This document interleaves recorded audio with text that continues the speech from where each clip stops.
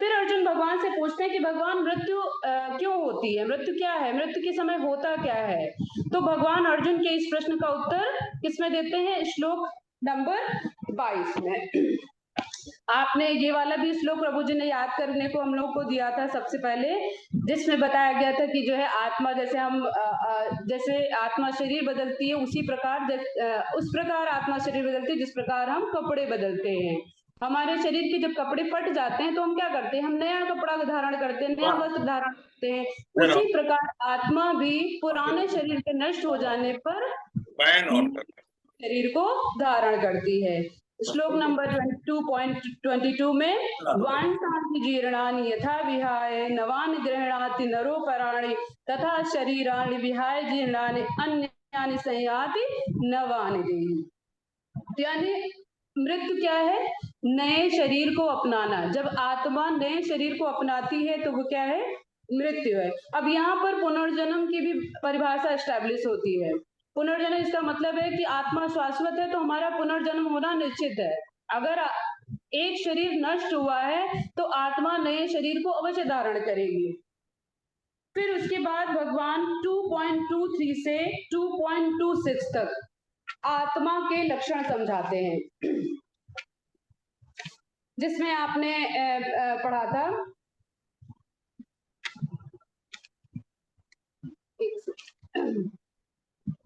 हाँ, 2.23 भी इसका ही एक्सटेंशन था, जिसमें आप पढ़ते हैं नैनम चिंदंत शस्त्राणि नैनम दहति पावका न चैनम क्लेदंत आपो न शोषयत मारुता। तो वो कहते हैं कि तुम कहते हो ना कि द्रोण और भीष्म को तुम उन पर शस्त्र कैसे उठाओगे, उनकी तुम हत्या कैसे करोगे।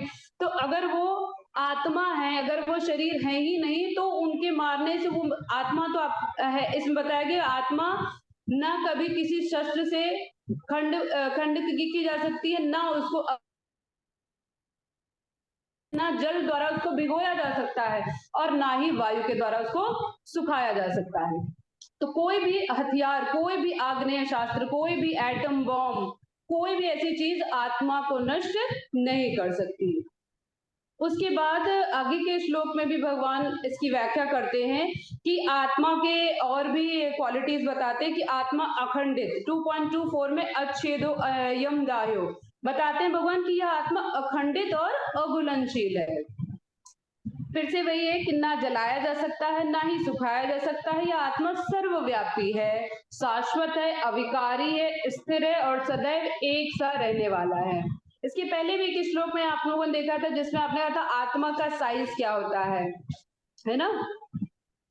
आत्मा का साइज पिछली बार क्वेश्चन में भी प्रभु जी ने फर्स्ट हाफ में पूछा था, बालाग्र शतभागस्य, यानी कि बाल के अग्रभाग का 100 भागों में अगर विभाजित किया जाए, फिर उनमें से प्रत्येक भाग को 100 भागों में विभाजित किया जाए, यानी 1/10,000वां भाग जो है वो साइज है आत्मा का। वो भी किसका, बाल का, बाल के अग्रभाग का इतना छोटा हिस्सा। तो ये आत्मा का जो इसमें बताया गया है। फिर 2.27 में भगवान कहते हैं, तो अर्जुन कहते हैं कि जब अर्जुन के मन में ये प्रश्न, स्वाभाविक सा प्रश्न रहा होगा कि जब शरीर त्यागती आत्मा तो फिर क्या होता है आगे। शरीर अगर त्यागते हैं तो नया शरीर मिलता है। फिर उसमें भगवान 2.27 में और एक्सटेंड करते हैं, जात से ही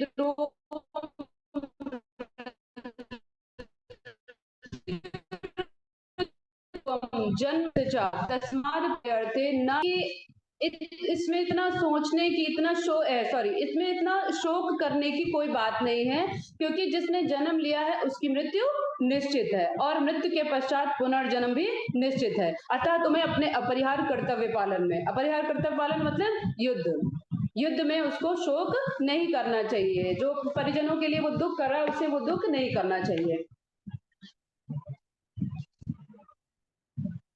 अब नेक्स्ट श्लोक में धर्म की परिभाषा बताई गई है। तो हाँ, श्लोक नंबर, हाँ ये भी प्रभु जी ने बताया था कि इसमें 2-3 क्वेश्चन में भगवान ने बताया, 2-3 श्लोक में भगवान ने बताया कि उसको श्लोक नहीं करना चाहिए। लास्ट में लिखा ना, सोच अतम चैन ना कि अगर यदि तुम यही सोच रहे हो कि आत्मा सदा जन्म लेती है सदा मरती है, तो फिर तुम्हारे शोक करने का कोई कारण ही नहीं बनता, फिर तुम युद्ध करने से क्यों मना कर रहे हो।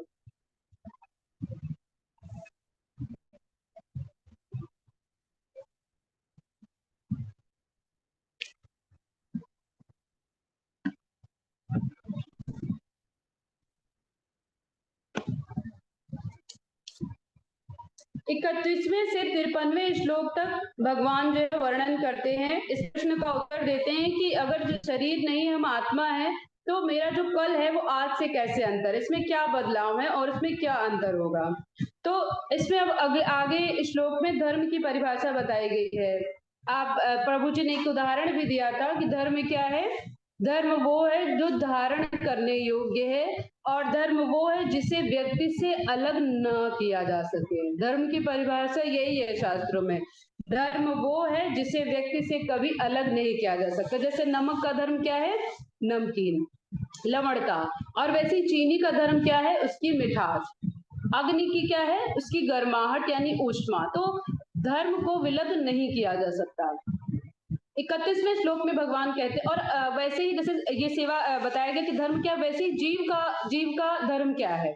जीव का धर्म है नित्य सेवा, प्रभु की नित्य सेवा। हम लोग हमेशा समाज में भी, भौतिक शरीर में प्राय किसी न किसी की सेवा करते ही हैं, अपने परिवार में, अपने समाज में, अपने बच्चों की, परिवार वालों की, स्वजनों की, सबकी कोई ना कोई कहीं ना कहीं सेवा कर रहा है। इसलिए जीव का जो धर्म है वो है भगवान की शाश्वत सेवा।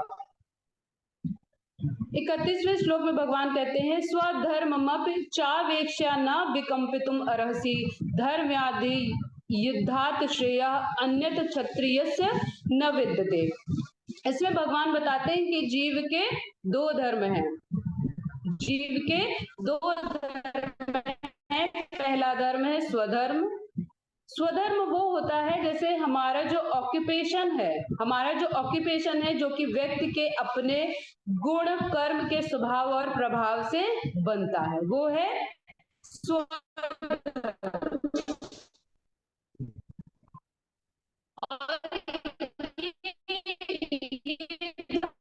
पालन पोषण के लिए धर्म है, वो हम अपने भगवान के संबंध है, वो है नित्य धर्म। जैसे कि भगवत गीता का अध्ययन करना, तीर्थ स्थलों पर विग्रहों के दर्शन करना, भगवत भक्तों का संग करना, कीर्तन करना, पूजा आराधना और जपा करना। तो हम अगर अपनी लाइफ में भी देखें, तो अगर जो पर्सन जो इन दो धर्मों को बैलेंस करके चलता है, यानी कि नित्य धर्म और स्वधर्म, इन दोनों को जो बैलेंस करके चलता है, वो सुखी भी है और सफल भी है। यानी हमें भौतिक शरीर के लिए और इसके साथ साथ हमें भगवान की सेवा के लिए भी समय निकालना है, उस धर्म को भी हमें पालन करना है।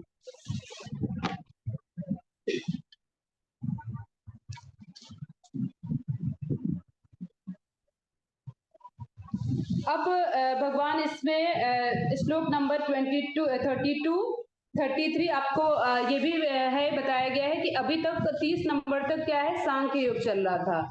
अब 31 से 37 तक सकाम कर्म भगवान बता रहे हैं कि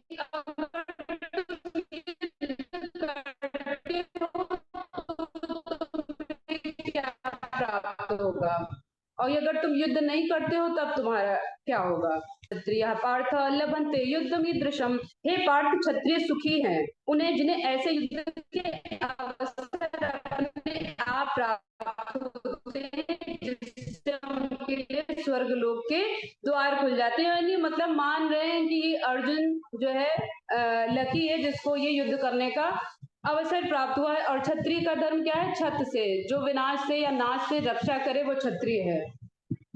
नेक्स्ट श्लोक 33 में भी है कि यदि तुम युद्ध करने के स्वधर्म को संपन्न नहीं करते, स्वधर्म क्या है उसका इस समय, युद्ध करना। अर्जुन का स्वधर्म है इस समय क्षत्रिय होते हुए नहीं करता है, तो उसे कर्तव्य की, अपने कर्तव्य पालन की उपेक्षा करने का पाप लगेगा, और जो इतना वो विख्यात योद्धा है उसका यश भी खो देगा। अकीर्ति, नेक्स्ट श्लोक में अकीर्ति चापि भूतानि कथयिष्यन्ति ते अव्यमाम संभावितस्ते चाकीर्तिर मरणादितिरिच्यते। तो मरणादितिरिच्यते, इसमें भगवान कहते हैं ना कि ये जो अपयश कहते हैं ना, जो लोग सोसाइटी में या समाज में बहुत प्रतिष्ठित होते, जिनका बहुत यश होता, उनके लिए कहते हैं अपयश मृत्यु से भी बढ़कर है। बहुत लोग कहते हैं ना, मेरे लिए मर जाना इससे बेहतर। तो वही चीज कि अपयश यहाँ पर मृत्यु से भी बढ़ती हो, तो तुम्हारे लोग हमेशा अपयश का वर्णन करेंगे, और सम्मानित व्यक्ति के लिए अपयश मृत्यु से भी बढ़कर है। नेक्स्ट श्लोक में भी यही है कि सब, अगर तुम डर के मारे युद्ध भूमि छोड़ दोगे तो सब यही कहेंगे कि तुमने जो है कायरता दिखाई, और तुम्हारा जो सम्मान है योद्धा का वो तुम्हारा चला जाएगा। तुम्हारे शत्रु अनेक प्रकार के कटु शब्दों से तुम्हारा वर्णन करेंगे, तुम्हारी सामर्थ्य का, कर्ण जैसे जो लोग थे तुम्हारे सामर्थ्य का उपहास उड़ाएंगे। नेक्स्ट जो 37 श्लोक है, उसमें भगवान ये कहते हैं कि अगर तुम युद्ध में मारे जाओगे तो तुम स्वर्ग प्राप्त करोगे। क्यों? क्योंकि तुम कर्तव्य पालन करते हुए युद्ध में मारे जाओगे, और अगर तुम जीत जाओगे तो तुम इस पूरे पृथ्वी के साम्राज्य का भोग करोगे। हतो वा प्राप्यस्य स्वर्गम जित्वा वा भोक्ष्यसे महीम तद मादुष्ट कौन्तेय युद्धाय कृतनिश्चया।